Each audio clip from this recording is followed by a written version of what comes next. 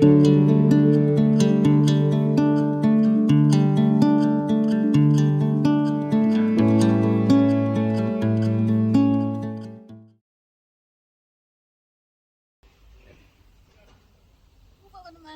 that's where I watch.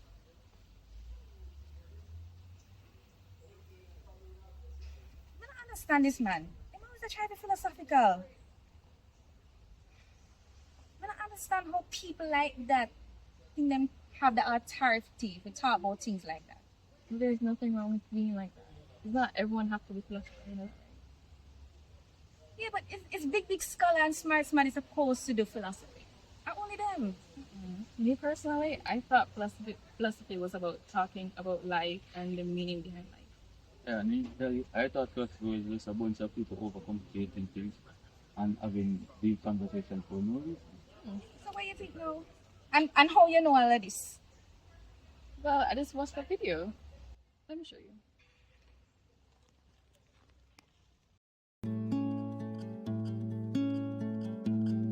Philosophy is a critical pursuit that seeks to address profound questions and satisfy human curiosity.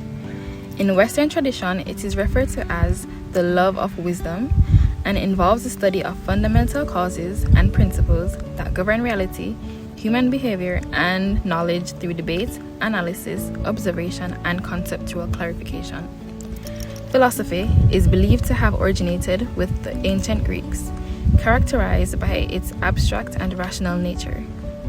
Influential figures such as Socrates, Plato, and Aristotle, along with branches like logic, aesthetics, epistemology, ethics, and metaphysics, have shaped its development. As Western philosophy is often viewed as universal, non-Western traditions such as African, indigenous Indian, and Chinese philosophies are often overlooked. These traditions commonly express wisdom through oral methods such as stories and proverbs, which are frequently dismissed as myth or folklore rather than recognized as philosophy. Similarly, the source of Caribbean philosophy is rooted in more than just written text. It includes things such as art, music, and the daily discussion among the people. This is due to our lived experience of slavery, colonialism, and post-colonialism, which has led to the Caribbean being heavily influenced by Western, African, and Asian philosophy as such. Our philosophy displays characteristics of each tradition.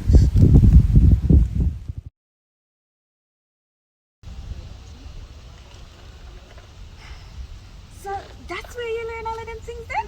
Okay. But even me get enlightened from this thing, I appreciate it. Thanks. See you guys later.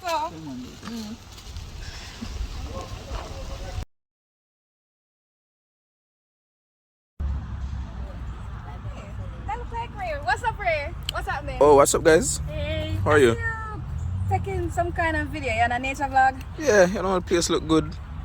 You want to make it something a little bit more interesting, a little more philosophical? Because I have exams coming up and we need to discuss my course. I want to take over your vlog a little bit, if you Well, don't mind. I don't know much about philosophy, so yeah, you can tell me. Alright.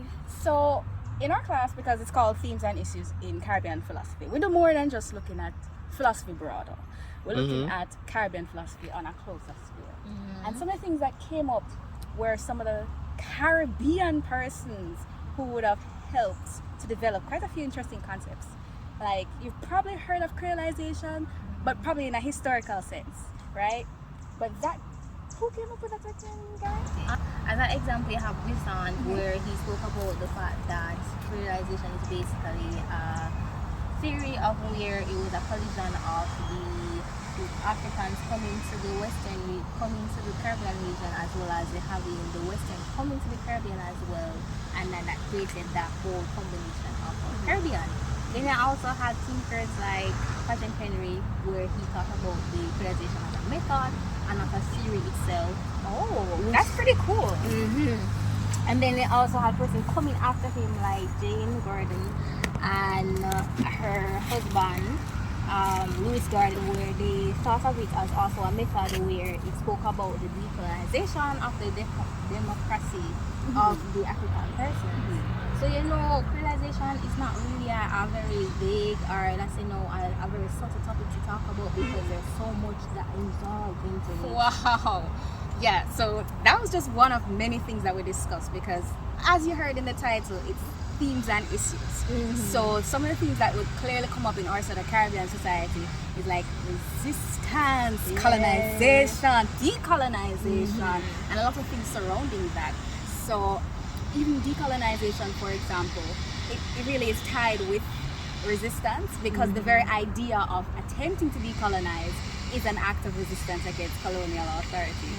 And in the Caribbean, that is something that has been ongoing and is still ongoing because as some songs and some persons like Marcus Garvey would have said, liberate yourself from mental slavery.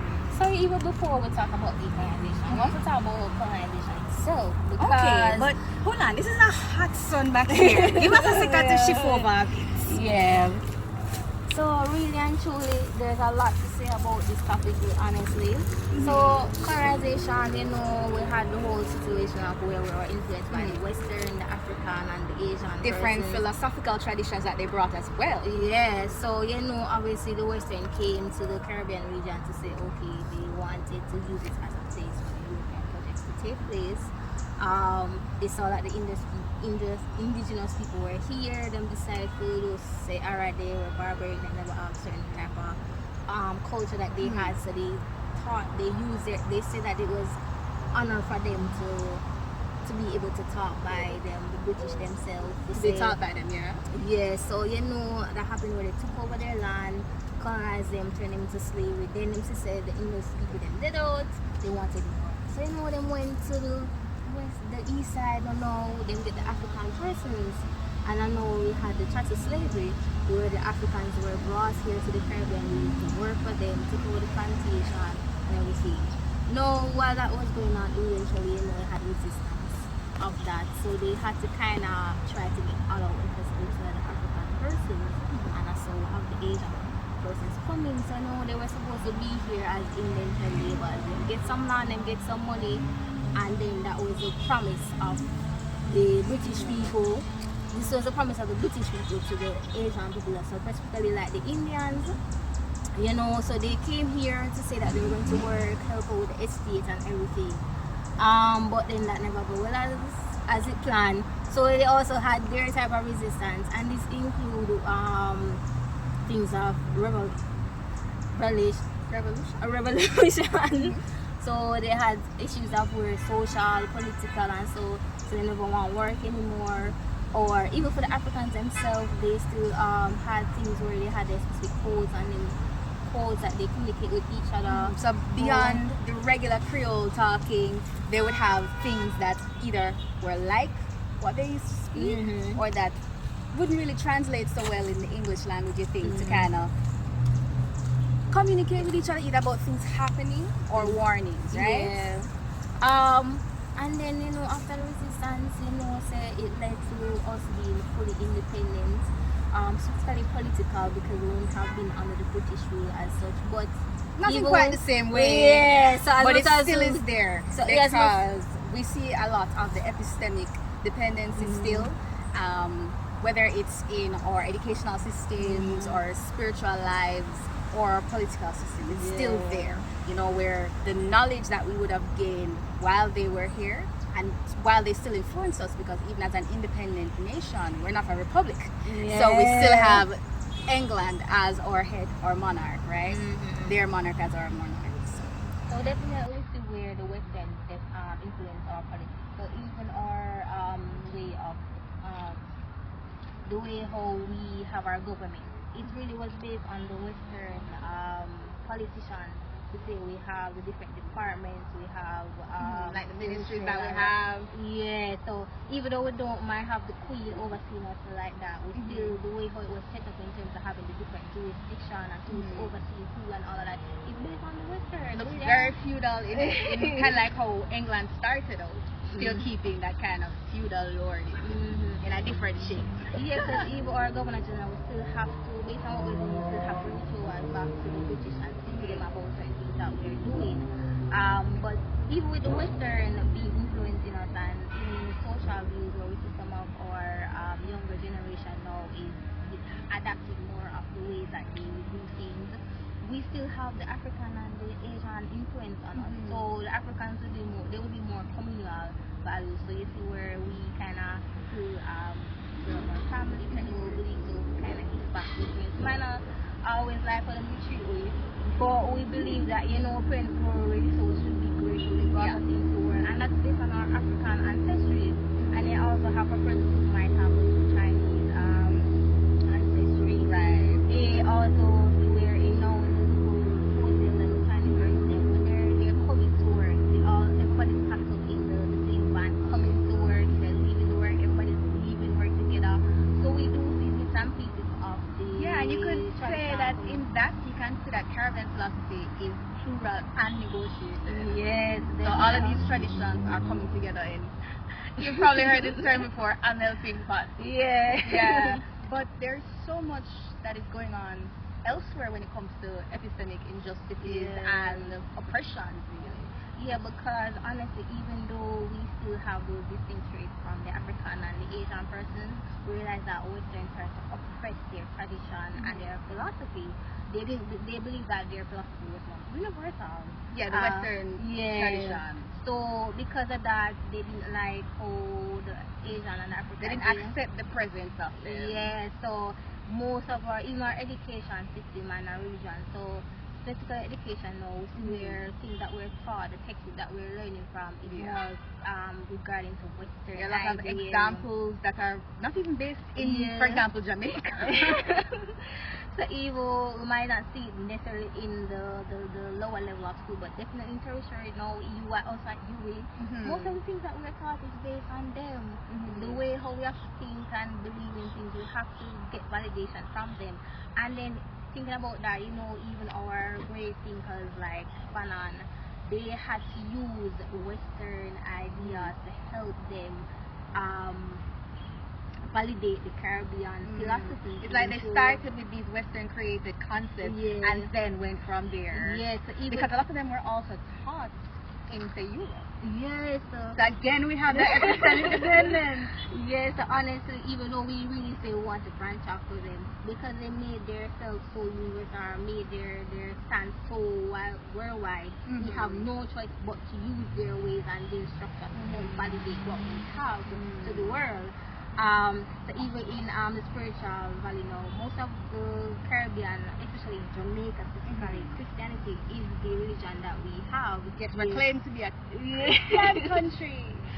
So honestly, the thing, if we should have said that we're from the African ancestry or the Chinese ancestry, we would have something like Taoism, Buddhism, Taoism, or something like that. we would worship Orisha. Yeah, would have the African tradition. Yeah, so would have be like even some of our dances, them what they might have seen as not so yeah. Dances were originally used to kind of give praises or to celebrate spirits to come and something like. So even though we still kind of have some of those things where we listen to our elders say, okay, this is how the way you should do things. So even though we know them not make no sense, we still listen to them because that's right. what That's a they sort said. of you might call it obvious, some might call it superstition. Right. And we got that from the Africans where they believe in the whole sage philosophy, what they say it had everything, they say it knew everything, and this was the way of how we get information from our elders.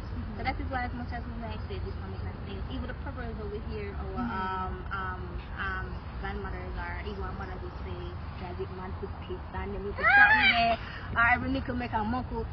We know that these things have some philosophical parts behind it. It might And in cases like this, you can see where we're pushing back against this dependency, where we create our own ways of explaining things, even though terrible. Yeah, so You know, my on a while still might look at it and say, oh, you know, really and truly we're not really making a big step towards independence like that. But us realizing that we Caribbean have our own philosophy, like differently from these cultures, because even though we take influence from them, we still have our distinct thing, because the way how we go about life and everything is not the same as them. So even though we have these ancestral beliefs and thoughts from them, we took it and created our own thing, honestly.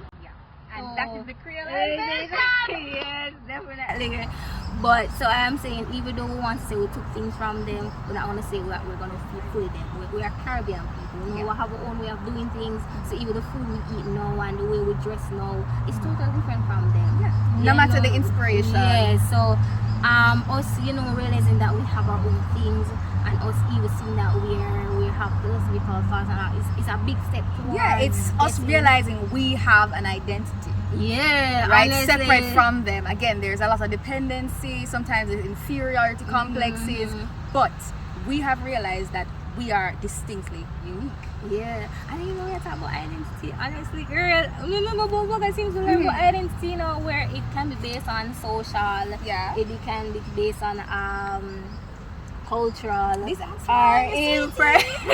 or personal. So you know, these are characterized based on race, ethnic group, personality, religion, and you know, many other factors like that. So someone we might say we're Caribbean person because we're on the same region. Someone might say we're Jamaican because of the geographical location we are. And then also depending on what groups you're associated with, because as we say, we still mix, so you still have a couple persons who are of specific group. We might say, okay, you have a look at Chinese and then you say probably still You might more lean towards that group within the country. Yeah, so and Indians, because I had a couple friends in high school that had Indian tradition as well. So you know, specific time of the year they would still dress up and do their Indian thing. And you know, Jamaica right now is still broadcasting that, because even for our school now, it's not Jamaica Day no more, a culture day they might do. So we have a lot of schools now allowing persons to wear the Afro hairstyles, they're allowing them to wear the Afro clothes and everything, or the traditional Chinese and Indian outfits. So you know, even though we still embrace our days, so we have Heritage Day and so on, we still try to make sure persons can go back to the past and all we're realizing or really encouraging the inclusivity. That very same oppression, we are now rejecting it and including them in that way. Yes, because we realized that we had to know our ancestors, we have to know what our past is before we can realize what our future is. So they have to, these little things that we're doing is a way to make us understand, so you know, we are more than the Western world. It can depend on what we are seeing on TikTok and IG. And we are different. As close as we are different. So these are the things that the government is trying to put into place to say, okay, yes, we can realize that we are different and we have our own culture for ourselves. So even though where we see a lot of arts, we're expressing ourselves more in the arts. You know, back then we still had a lot of expression as related to that. But it was mostly, to me, it was mostly really seen in the music like that. Most people were drawn to the music. So a lot of our music back then was philosophical thoughts. So it wasn't just music that was supposed to be there for entertainment. Yeah, Western person might have heard some of the songs and be like, oh my god, this is exotic, this is different, this is... But there was a lot of cultural context with it and symbolic things that you have to be one of the people or know the people to unearth the philosophy within it. Yes, honestly, girl. So even have a song like the Banana Boat, we talk about some of the things that we that mental song. Well, mental song slash old folk song. So some of our folk songs, they took it as a thing that was supposed to be different and exotic, but for us it had a lot of culture behind it. Right, because those were field songs when slaves were working. Yeah, and then you also had the reggae songs that we had back then by our don't worry about them again. and then so a lot of persons in Jamaica itself would have understand the meaning behind these songs, you know. But now we say we have arts itself, like, you know, the paintings and the artifacts and, you know, the sculptures coming through in life. Monuments that are now more than just a work of art, they are symbols. So even in Jamaica right now we have the art walks that, you know, in downtown where we try to make it a thing annually. Every year we keep a month of art walks person to go and see the different type of culture that we So are there is here. something that's taken down and put back up? No, they paint by the actual it's- building. Okay. So it's something that would be there for years to can look at, and it showcase the different schools. Some of them might showcase the different schools, showcase with the type of food that we eat, or showcase how we go about life, you know. Yeah, so again, arts as a source of Caribbean philosophy, something that Yes. the Western tradition, quite a few philosophers in the Western tradition would have rejected Yes, because they saw text as the means of getting this kind of philosophy. yeah, they believe that text was the way of how philosophically was. They saw that the oral tradition of the folklore, the storytelling, the art, just discussion amongst regular people as Yes, nothing exactly. philosophical. But how can that be? I believe that the very fact that people exist, it means that they must have a way of existing, right? And that is what philosophy is about. Therefore, there has to be a way that these people philosophize. Exactly, you know, and we the Caribbean, as I said, we came about that and we realized that if everybody else has a philosophy, Caribbean must have a philosophy as well. So you know, back in 2001 or 2000, you know, we started having our own. I think the first book was created as it relates to Caribbean philosophy. Yes. So we finally have a book to say, okay, it's actually speaking about philosophy, the philosophy specific to the Caribbean. We know that you have other persons now are still looking into things like that to say in the future we'll have more books as it relates to that. Right, and even specific. that here at the UA, yeah. it's a very new course that we're doing. Yes. It's a very young course, but there are persons who are taking it, and hopefully people like us can take it further. Yeah, you know, and the start is a little small step that we have to take to make a whole big step to say in the future we might have more things that persons will put into place to say we embrace in our Caribbean identity. You know? And hopefully that can lead to a lot more togetherness across the region. Yeah.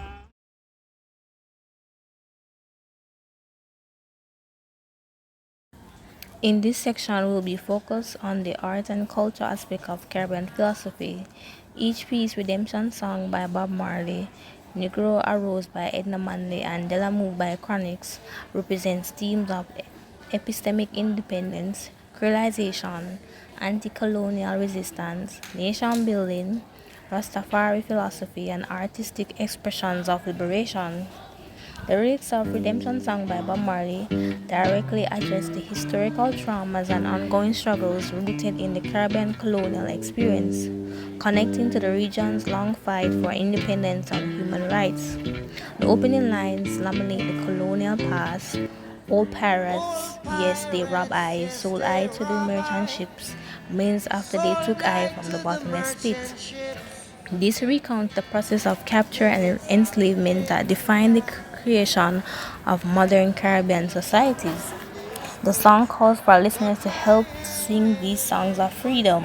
This focus on freedom and redemption aligns with the political atmosphere of the mid 20th century in Jamaica, characterized by deep turbulence and demands the right path and current injustice.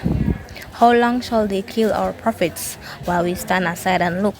This suggests an enduring battle against oppression, resonating with the struggle for independence, equality, and human rights that define key periods in Jamaican history. The most pointed Caribbean theme in Redemption Song is called for a self-directed mental liberation, which ties directly into the concept of epistemic independence in Caribbean philosophy. The crucial lines are emancipate yourself from mental slavery, none but ourselves can free our minds. This call for self-emancipation addresses the problem of hegemony and resulting Western epistemic entrapment. Caribbean philosophy recognizes the need for an epistemology of liberation and emphasizes knowledge and its relation to social, political, and economic liberation. This emphasizes on internal self-rescue, none but ourselves can free our minds, directly counters epistemic dependency, the reliance on imported concepts and theory to solve local issues. The struggles to free the Caribbean imagination is often viewed as Caliban's dilemma of getting caught in the languages and discourse as Prospero. The song offers a clear instruction for overcoming this dilemma by asserting self determination in the process of generating knowledge and understanding reality. In a sense, redemption song serves as a powerful artifact within the Caribbean tradition, simultaneously articulating the historical pain of the region, embodying the philosophical concept of knowledge derived from culture and experience rather than academic discourse, and providing a radical political instruction for achieving true liberation that begins in the mind.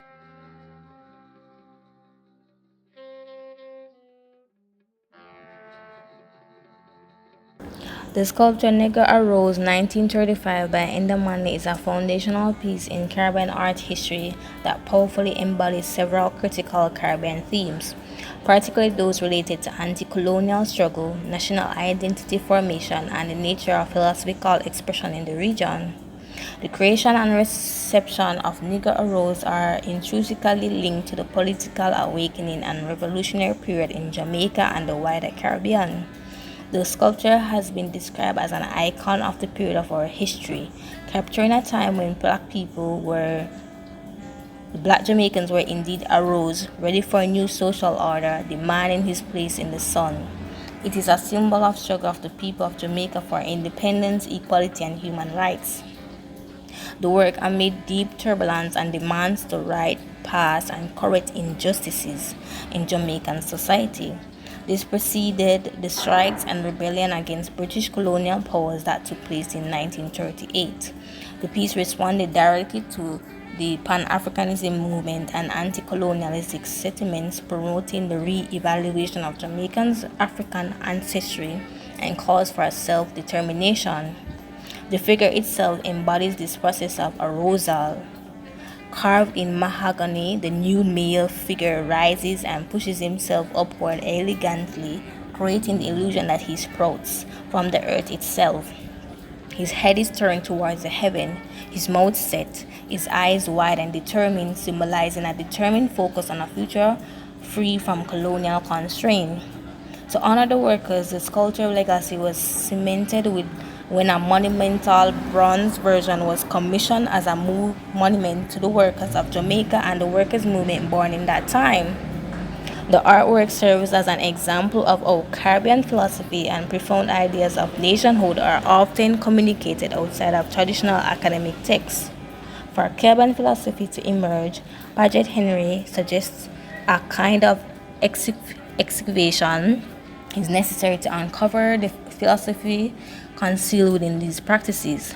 Manley's deliberate intent to create a national vision and put something into being that was bigger than myself indicates that the work was consciously intended to serve as a foundational statement of national ideology, making it a crucial site for philosophical excavation.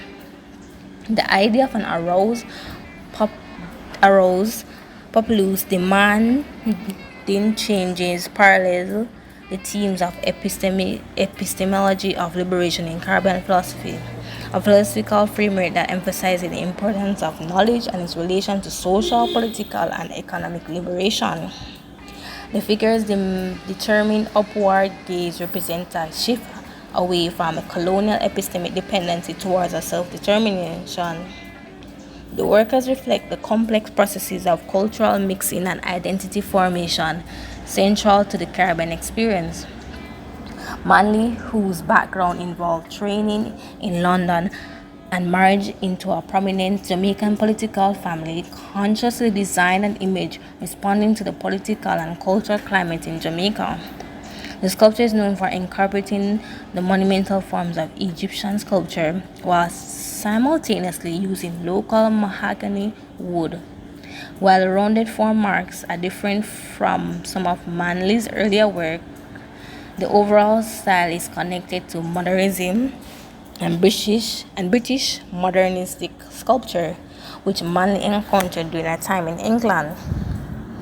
The African heritage, specifically Egyptian influence Western art style, which represents modernism, and local materialistic and subjects such as mahogany and the black Jamaican worker, workers aligns with the conception of creolization. Creolization is defined as a process that is varied, dynamic, and paradoxal, resulting in a new reality or entity which is neither one nor the other of the original animals, yet shares some feature with them. The resulting sculpture becomes the icon that highlighted the black population as embodying Jamaica's nationhood. In summary, Negro Arose functioned not just as artistic representation, but as a political and philosophical manifesto embedded in wood, capturing the precise movement Jamaican transition from colonialized society to one demanding self-determination and recognition. Like a seed breaking through hardened soil, the sculpture embodies the painful yet powerful emergence of distinct, self-aware Caribbean identity from ground of colonial expression.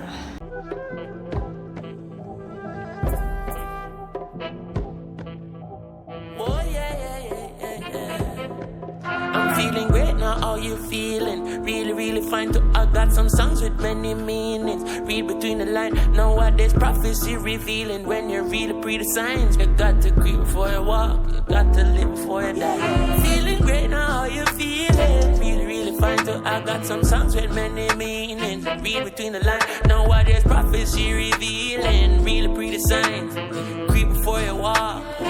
Ma put me set it on the map. Yeah, they'll a splash. Yeah, they'll a move. Blaze fire hot.